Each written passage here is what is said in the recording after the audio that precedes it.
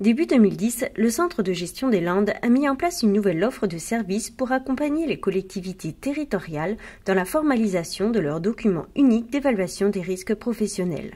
Initié par l'Association des maires des Landes, ce projet s'inscrit dans le cadre d'un partenariat avec la Caisse des dépôts et consignations, le Fonds national de prévention et la Caisse d'assurance retraite et de la santé au travail. Le travail des 5 membres de l'équipe pluridisciplinaire, qui associe notamment le service juridique et le service de médecine préventive, se décompose en 4 étapes. Elles permettent d'identifier et de classer les risques auxquels sont confrontés les agents pour mettre en place des actions de prévention. Anne-Catherine Roch, technicienne supérieure et conseillère en prévention, se déplace pour la 2e fois à la communauté de communes de Villeneuve-de-Marsan afin de présenter en détail la méthode. Comment ça va fonctionner ? Il faudra que chaque service se penche finalement sur vraiment qu'est-ce que vous faites au quotidien. En groupe de travail, on fera la cotation du risque parce que évaluer, c'est lui donner une note. Le risque, on ne peut pas l'enlever. Par contre, on peut le considérer comme étant maîtrisé parce que vous aurez mis en place le maximum de prévention. Ce travail se poursuit par une visite de terrain. Mathieu Garrido et Claude Ségas se rendent à Cap-Breton, au syndicat mixte du chenil de Bire-Poulet. Bon, on va observer un petit peu tout ça alors voilà. Avec vous. Vous allez nous dire un petit peu ce que vous faites. C'est les bébés à maman, je dis. Alors, ici, c'est le stockage de croquettes.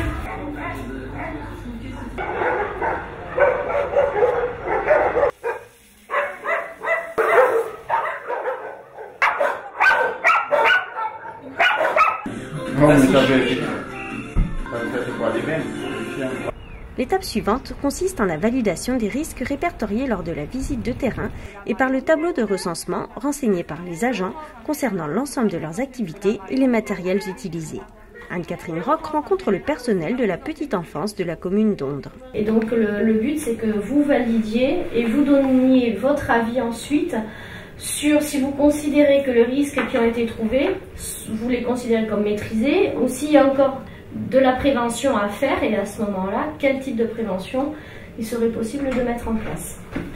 Pour la sieste des enfants en tant qu'ATSEM, donc vous restez dans la assise, et assise à hauteur des enfants. Et donc ça, c'est pas bon du tout, ça. Ah non, ça alors là, ça c'est mauvais, très mauvais. Moi, j'avoue que pour la sieste comme ça, c'est pas ça qu'il faut, c'est un vrai fauteuil d'adulte. Oui, mais après, vous savez, quand on est à leur hauteur, ils sont plus sécurisés. Et donc, c'est quand même plus pratique d'avoir quelque chose qui est à hauteur et de se lever à hauteur. Oui, mais que ça, ou là. Oui, mais c'est pas adapté pour eux. Si on reste mais oui, mais moi, je suis là pour vous. Là. Les enfants, ils sont dans leur lit, ils sont en train de faire la sieste. Mais pour eux aussi. Donc c'est parce que ça avec des genoux qui commencent à faire mal, c'est pas bon ça. Après 4 mois d'échanges intenses, la cellule de prévention présente le document unique. Un élu référent, nommé dès le départ pour suivre chaque étape de la démarche, ira ensuite défendre le document auprès de l'assemblée délibérante de sa collectivité afin que les améliorations soient apportées. Le CINEL, syndicat intercommunal du Nord-Est landais, a reçu son document fin septembre en présence du médecin de prévention, le docteur Yves Picard. C'est obligatoire. Heureusement qu'il y a des gens comme le centre de gestion qui aident les collectivités, sachant quand même que je pense que si c'est un document unique fait en interne, on ne peut pas être réellement objectif. Donc je pense qu'il faut avoir un œil extérieur, ça c'est important. Par contre, on le prend quand même avec un petit peu d'appréhension, parce qu'à travers les risques d'hygiène et de sécurité, c'est quand même l'organisation du travail qui peut être remise en question. Ce qui ressort généralement dans les évaluations des risques, c'est un problème organisationnel, et ça ne nécessite finalement aucun budget derrière, mais des nouvelles méthodes de travail, des changements de certaines méthodes de travail, et ça c'est le plus difficile après à mettre en place par rapport à quelque chose de budgétisé. Ça va améliorer pour nous, au point de vue responsabilité, on sera exactement où on en est vis-à-vis de la collectivité et des agents, et je pense que ce sera un plus évidemment pour les agents qui voient qu'on se soucie quand même de leur sécurité et des conditions de travail. Satisfait du résultat. Ça ne remet pas en cause l'organisation, donc pour moi c'est un point très important. et pour le président aussi, bien sûr, et pour le comité syndical.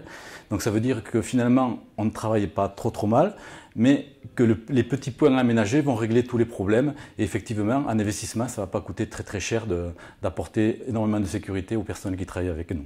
Même si on est que secrétaire et qu'on est assise toute la journée derrière un écran, il faut qu'on soit bien installé, qu'on protège notre vue. Et c'est vrai que c'est toujours intéressant de s'occuper de notre poste. Le personnel des collectivités est vraiment placé au cœur de cette démarche entreprise par le centre de gestion. Je crois qu'il est important d'aider les collectivités à éviter de casser des salariés, qu'ils soient fonctionnaires ou qu'ils soient agents non titulaires. Le problème des collectivités, c'est qu'on est en retard, et on le voit très bien, par rapport au secteur privé. On n'a pas mis en place ces outils, qui sont des outils réglementaires, mais qui sont surtout des outils d'aide à la décision. C'est-à-dire qu'il est important de réaliser que les collectivités ont pris des libertés par rapport aux règles d'hygiène et sécurité globalement. Et que malheureusement, ces écarts génèrent des accidents, génèrent des maladies professionnelles et génèrent parfois une certaine incompréhension par rapport au travail et par rapport à la pénibilité de certains travaux et de certaines tâches, qui génèrent après des maladies professionnelles, des accidents de travail. C'est un enjeu très fort, mais il ne s'agit pas de faire peur aux collectivités. Il faut y aller doucement, il faut faire preuve de pédagogie et il faut aller dans une politique de gagnant-gagnant, donnant-donnant. Je crois qu'effectivement l'absence dans les collectivités est un vrai problème. Le non-travail est un vrai problème, le fait qu'on a de plus en plus de salariés cassés pour des raisons XY, il faut l'intégrer. Avec la réforme des régimes de retraite, quoi qu'on pense de cette réforme-là, on sera obligé de travailler au-delà des limites d'âge actuelles. Donc ça veut dire qu'il faut absolument qu'on mette en place ces processus pour aider les collectivités à faire du maintien dans l'emploi. Donc c'est vraiment une politique publique et quels que soient les choix des uns et des autres, les élus landais ont bien compris qu'il fallait participer à cette politique de maintien dans l'emploi, voire de reclassement professionnel. C'est une priorité nationale.